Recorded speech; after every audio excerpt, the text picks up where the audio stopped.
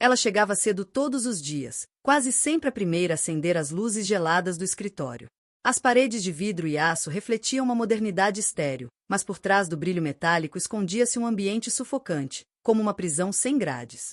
A empresa se orgulhava de sua eficiência, de sua imagem imaculada diante do mercado, mas quem vivia dentro sabia. Ali, o tempo não pertencia a ninguém, apenas ao chefe. O homem no comando era temido mais do que respeitado. Sua voz era uma sentença, seu olhar, uma ameaça velada. Ele se vangloriava de contratos milionários, mas o preço real era pago pelos funcionários. Jornadas intermináveis, metas irreais e acordos ilegais disfarçados em cláusulas quase invisíveis. Ninguém ousava questionar. Questionar significava desaparecer. A narradora descrevia a atmosfera como quem observa uma gaiola dourada, por fora, cintilante, por dentro, asfixiante. Cada mesa enfileirada parecia uma cela, e cada computador um grilhão que mantinha homens e mulheres presos a uma rotina imposta. O tilintar dos teclados soava como correntes se arrastando. Ela, a protagonista, sentia o peso psicológico de cada dia como se carregasse pedras nos ombros. O corpo obedecia, mas a mente gritava em silêncio. Tinha sonhos de liberdade, lembranças de um tempo em que acreditava na profissão como um espaço de construção e mérito. Agora, tudo era uma engrenagem cega, uma máquina que triturava pessoas e cuspia resultados. O chefe, indiferente, nutria-se da exploração. Criará contratos tão abusivos que os funcionários assinavam praticamente a própria servidão. Havia cláusulas que retiravam direitos básicos, disfarçadas por jargões jurídicos que poucos entendiam.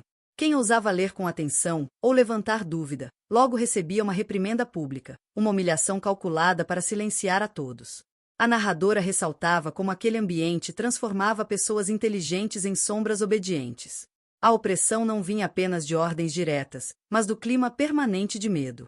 Sorrisos forçados, elogios fingidos, silêncio cúmplice, tudo fazia parte do pacto invisível que mantinha o poder do chefe intacto.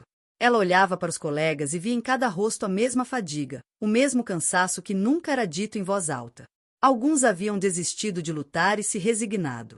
Outros fingiam lealdade, esperando uma oportunidade de escapar. Mas quase todos estavam presos pela necessidade, dívidas, família, contas que não podiam esperar. A protagonista, no entanto, sentia que havia algo mais profundo a corroer sua alma. Não era apenas a rotina exaustiva, mas a injustiça explícita. Cada cláusula abusiva que assinava em silêncio lembrava de que sua dignidade estava sendo arrancada, pouco a pouco. Era como viver em uma cela transparente. Todos viam sofrimento, mas ninguém ousava quebrar o vidro. No fundo, ela sabia que o sistema só se mantinha porque todos temiam a retaliação. O chefe era corrupto, sim, mas era também astuto. Mantinha contatos políticos, manipulava advogados, usava a burocracia como arma. Ele não governava apenas pelo medo, mas pela sensação de que lutar contra ele seria inútil. A narradora descrevia o escritório como um cemitério de esperanças. As plantas artificiais nunca murchavam, mas também nunca floresciam, símbolos perfeitos de uma vitalidade falsa. O ar-condicionado mantinha a temperatura constante, mas gelava até os ossos. Era como se a empresa tivesse sido desenhada para apagar qualquer traço humano. E ela, dia após dia, suportava aquele peso. Carregava o silêncio como uma corrente invisível. Obedecia, sorria quando precisava, mas por dentro sentia-se esmagada.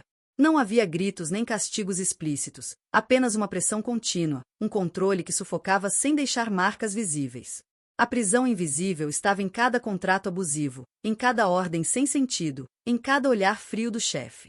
E, embora ainda não soubesse como, dentro dela começava a nascer uma chama discreta, a percepção de que ninguém deveria viver acorrentada a uma jaula dourada. Foi quase por acaso que seus olhos pousaram sobre aquela pasta esquecida. No fundo de um arquivo eletrônico, escondida em uma subpasta sem nome, repousava uma coleção de contratos antigos, aparentemente descartados. A maioria dos funcionários não ousaria perder tempo vasculhando aqueles arquivos, mas ela tinha um hábito silencioso de observar, de procurar detalhes onde ninguém via importância. Talvez fosse sua forma de manter viva a sensação de que ainda tinha algum controle dentro daquela jaula dourada. Ao abrir o primeiro documento, percebeu que algo não batia. Havia cláusulas contraditórias, adendos mal escritos, assinaturas digitalizadas em formatos diferentes. Não era apenas descuido, havia irregularidades gritantes, disfarçadas sob uma aparência de formalidade. Seu coração acelerou. O medo veio primeiro. Se alguém descobrisse que ela estava mexendo naqueles arquivos, seria acusada de espionagem ou de deslealdade corporativa, como o chefe gostava de dizer, sempre com um tom venenoso. Mas a curiosidade foi mais forte. Cada linha que lia parecia lhe abrir uma fresta para uma verdade maior. À noite, em casa, voltou a revisar os documentos, agora em silêncio absoluto, apenas com a luz fria do computador iluminando seu rosto.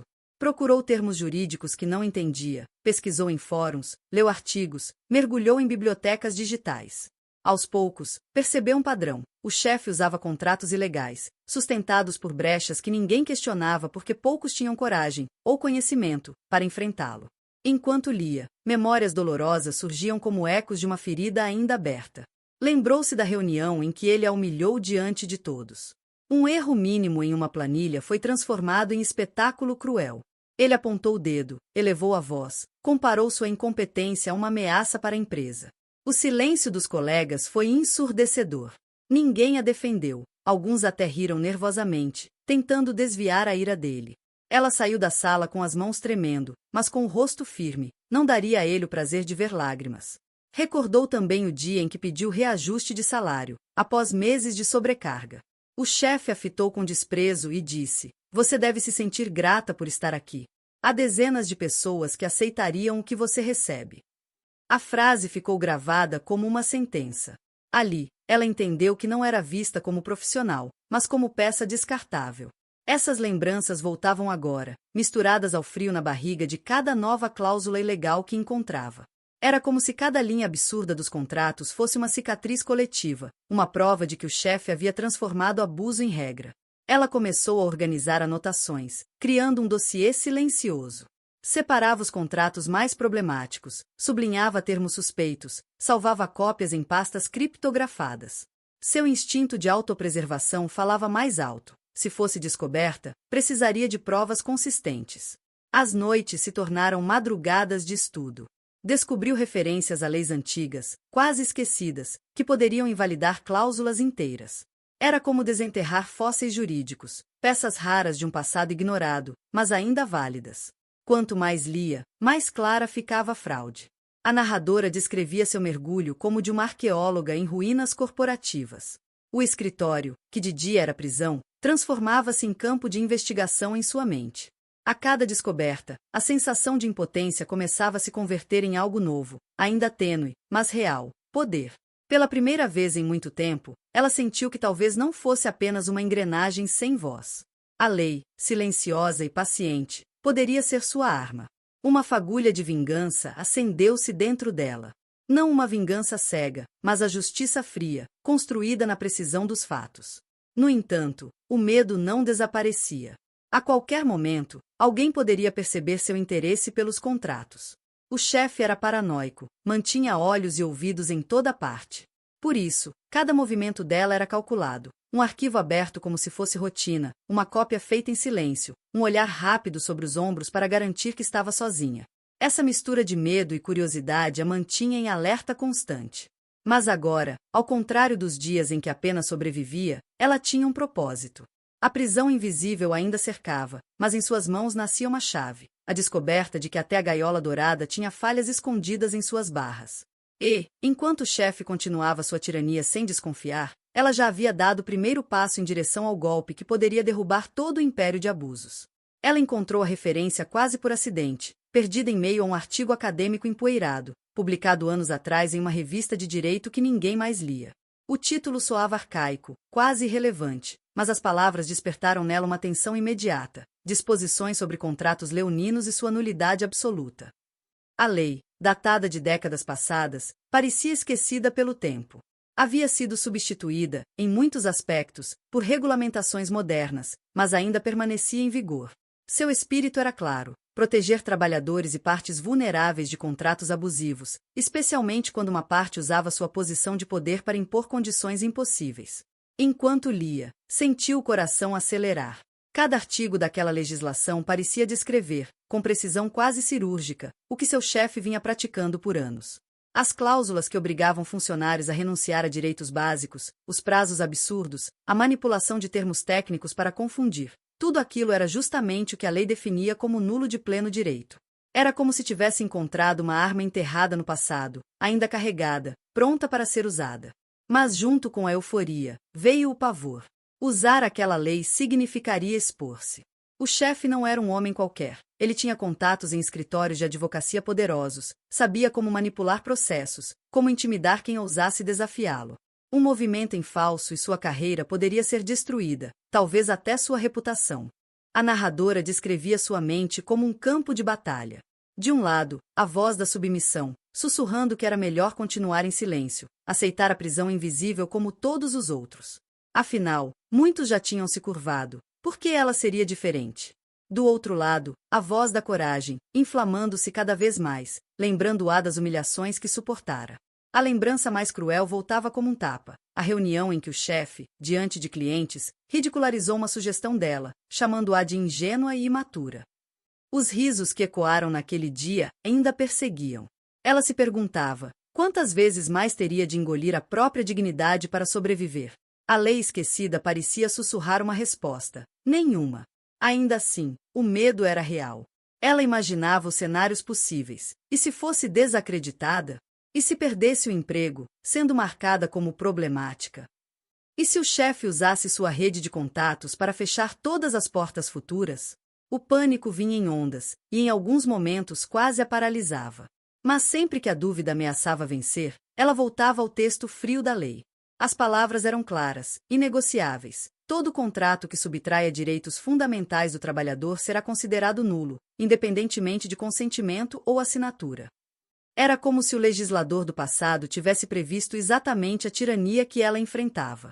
Com o tempo, começou a construir mentalmente a ponte entre sua situação e aquela lei. Imaginava-se diante de uma mesa de audiência, apresentando as provas, citando os artigos, desmontando cada cláusula abusiva. A imagem a enchia de uma força que há muito não sentia. Ainda assim, sua batalha interna era feroz. À noite, deitada em silêncio, questionava se não estava apenas alimentando uma ilusão perigosa. Talvez fosse melhor aceitar que o mundo corporativo sempre favoreceria os poderosos. Talvez sua coragem fosse apenas uma faísca que acabaria apagada pelo vento da realidade. Mas, ao mesmo tempo, algo profundo dentro dela se recusava a se calar.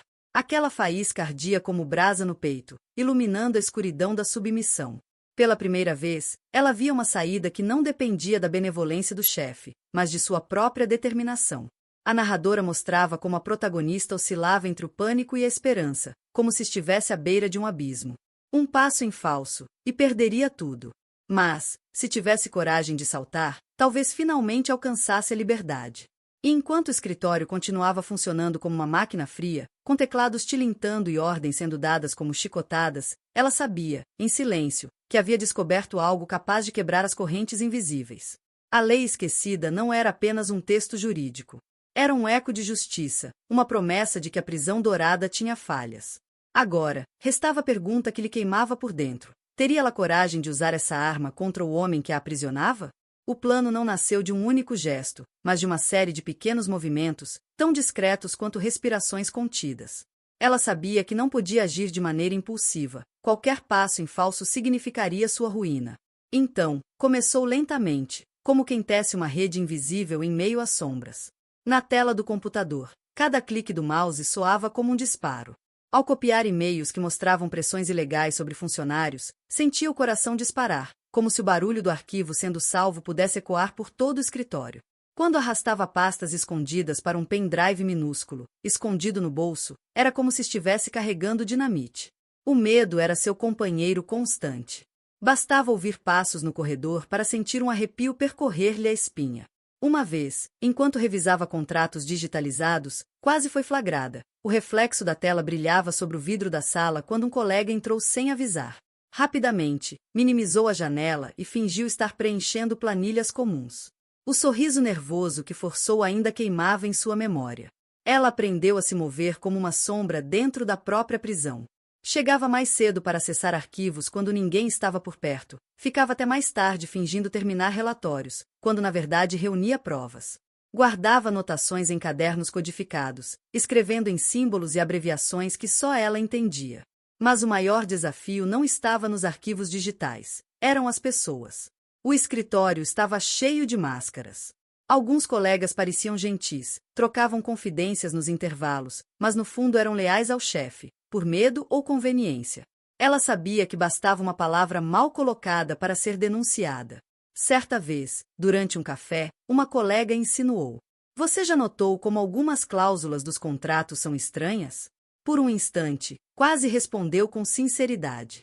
Mas conteve-se. Aquele sorriso excessivamente amistoso escondia algo. Talvez fosse apenas paranoia, talvez não. De qualquer forma, não podia confiar em ninguém. Assim, passou a recolher testemunhos de forma indireta. Guardava cópias de mensagens em que funcionários reclamavam da pressão por metas impossíveis. Arquivava memorandos internos em que o chefe exigia renúncia a direitos. Não era apenas uma vingança pessoal que construía, era um arsenal coletivo, provas de um abuso sistemático.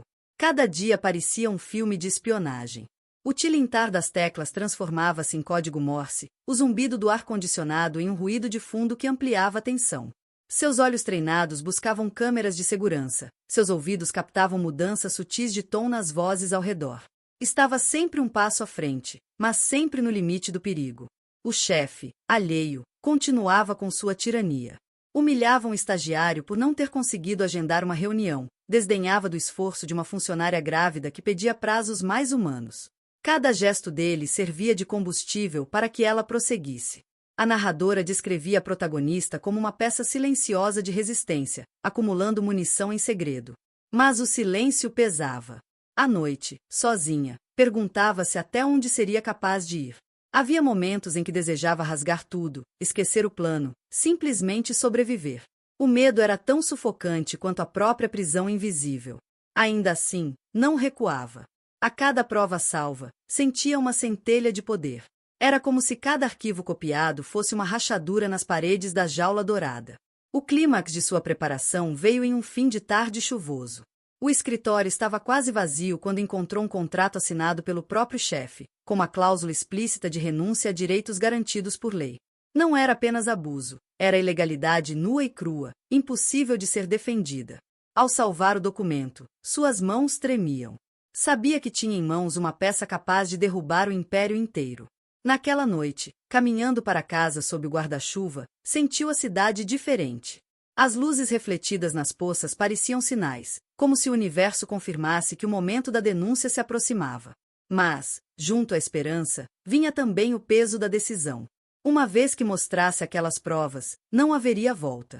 No dia seguinte, olhou ao redor do escritório com uma nova perspectiva. Cada colega parecia carregar segredos, cada palavra parecia suspeita. O chefe passou por ela e lançou-lhe um olhar rápido, indiferente. Mas, dentro dela, o silêncio estava prestes a se transformar em grito. O plano em silêncio chegava ao limite. As peças estavam reunidas, as provas organizadas. Restava apenas escolher o momento. A denúncia não seria apenas um ato jurídico, seria um terremoto, capaz de derrubar as máscaras, expor a corrupção, libertar aqueles que viviam sob a mesma opressão. E, enquanto o relógio da parede marcava o passar das horas, ela sabia que cada segundo a aproximava da queda inevitável de seu algoz. A sala de reuniões estava fria como sempre, mas naquele dia o ar parecia ainda mais pesado, como se antecipasse o que estava prestes a acontecer. A mesa comprida refletia as luzes brancas do teto, e as pastas espalhadas diante de cada diretor não passavam de cenário. Ninguém esperava realmente surpresas. Todos sabiam que o chefe gostava de usar aquelas reuniões como palco para exibir sua autoridade.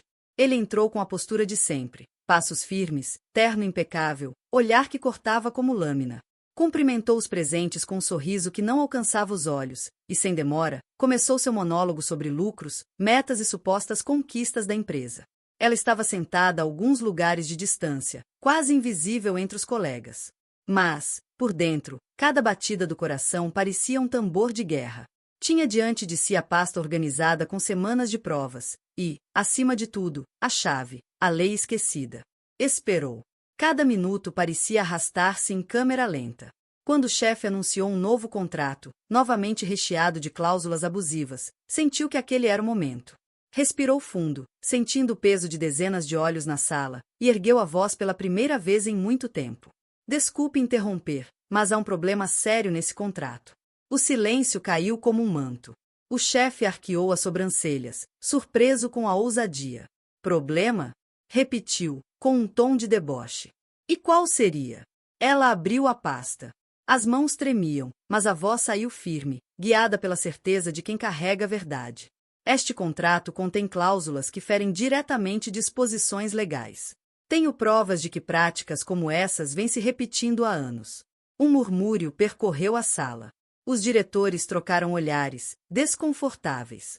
O chefe, com um sorriso forçado, inclinou-se para a frente. Isso é uma acusação grave. A voz dele estava carregada de ameaça. Está insinuando que não sei o que faço? Ela manteve o olhar. Não insinua. Afirma. E, então, retirou os documentos-chave, cópias de contratos, e-mails, memorandos. Cada papel pousado sobre a mesa parecia uma martelada. Os presentes se inclinaram, olhos arregalados, e a tensão se condensou no ar. Aqui está a lei, continuou ela, deslizando uma cópia impressa de artigos antigos. Uma lei esquecida, mas ainda em vigor. E segundo ela, qualquer contrato que obrigue funcionários a renunciar a direitos fundamentais é nulo de pleno direito. O chefe tentou rir, um riso seco, mas a voz falhou. Isso é irrelevante. Uma lei antiga, ultrapassada, sem valor prático. Está enganado, replicou ela, firme. Pode ser antiga, mas não foi revogada. Continua válida, e torna ilegais todos os contratos que o senhor impôs. O silêncio que se seguiu foi quase físico, pesado como uma muralha. Cada respiração parecia audível. Um diretor pigarreou, outro ajeitou a gravata, todos evitando o olhar do chefe. Ele, por sua vez, tentou contra-atacar. Isso é um teatro barato. Você está manipulando informações para se promover. Olhou em volta, buscando apoio. Todos aqui sabem que sou eu quem mantém esta empresa de pé. Mas as provas estavam sobre a mesa, claras, inquestionáveis. Os documentos gritavam o que por anos fora sussurrado nos corredores. O poder dele começava a escorrer pelos dedos. A narradora descrevia a cena como um duelo silencioso. O chefe, outrora temido, parecia encolher a cada evidência revelada.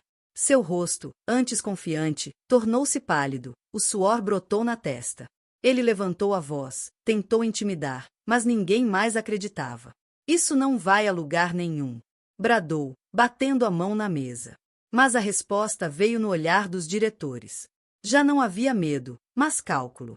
Eles sabiam, se aquelas provas viessem à tona em um tribunal externo, todos seriam atingidos. A única saída era cortar o elo podre. Um dos diretores mais antigos, até então silencioso, falou com voz grave. Precisamos suspender este contrato e investigar imediatamente todas as cláusulas anteriores. A queda começou ali, diante de todos. O chefe tentou protestar, mas sua voz se perdeu em meio a anotações apressadas e telefonemas discretos. Era como assistir a um rei sendo destronado em praça pública. Ela permaneceu em silêncio, observando. Não precisava gritar, não precisava humilhar. A própria lei falava por ela, implacável, clara como o sol.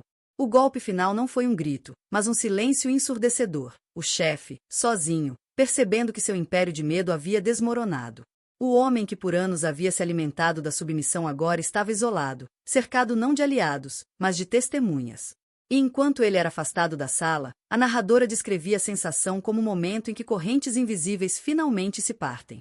A prisão dourada estava em ruínas. Ela não sorriu. Não havia necessidade. A justiça não precisava de sorrisos, apenas da coragem de ser dita em voz alta. A queda do chefe não foi apenas a vitória de uma mulher solitária contra um homem poderoso. Foi como quebrar a primeira pedra de um muro antigo, fazendo todo o resto desmoronar. Dias depois da reunião fatídica, a empresa não era mais a mesma. Os contratos ilegais foram suspensos, os funcionários, chamados a reassinar documentos sob novas condições. Aquilo que antes parecia imutável, eterno, de repente se revelou frágil. Ela caminhava pelos corredores e percebia algo inédito, olhares diferentes. Não mais de compaixão silenciosa ou de medo compartilhado, mas de gratidão. Muitos colegas a cumprimentavam discretamente, alguns até esboçavam sorrisos de alívio. Era como se, de repente, todos respirassem um ar mais leve. A prisão invisível havia perdido suas correntes. Mas, dentro dela, a sensação era mais complexa. Não se tratava apenas de vingança. O que havia feito ia além de uma resposta pessoal às humilhações sofridas. Era a justiça. Justiça por cada funcionário calado, por cada cláusula abusiva, por cada lágrima engolida no banheiro da empresa. Sua coragem não a libertara sozinha, havia libertado todos. A narradora descrevia seu estado como uma vitória silenciosa. Não havia fogos de artifício, nem aplausos em pé.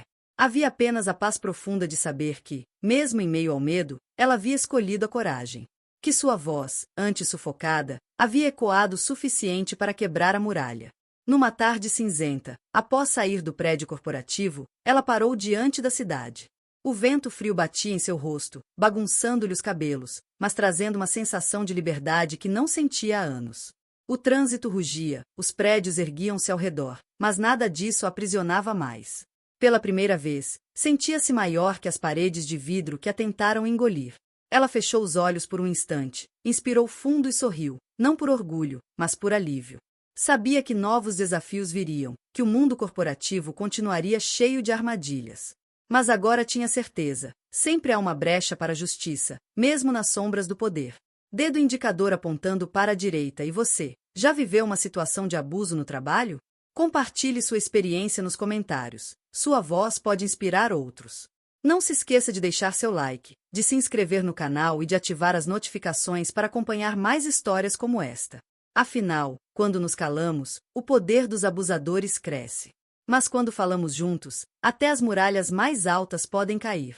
Histórias como esta lembram que a justiça pode estar escondida em detalhes esquecidos, esperando apenas alguém com coragem para trazê-la à luz.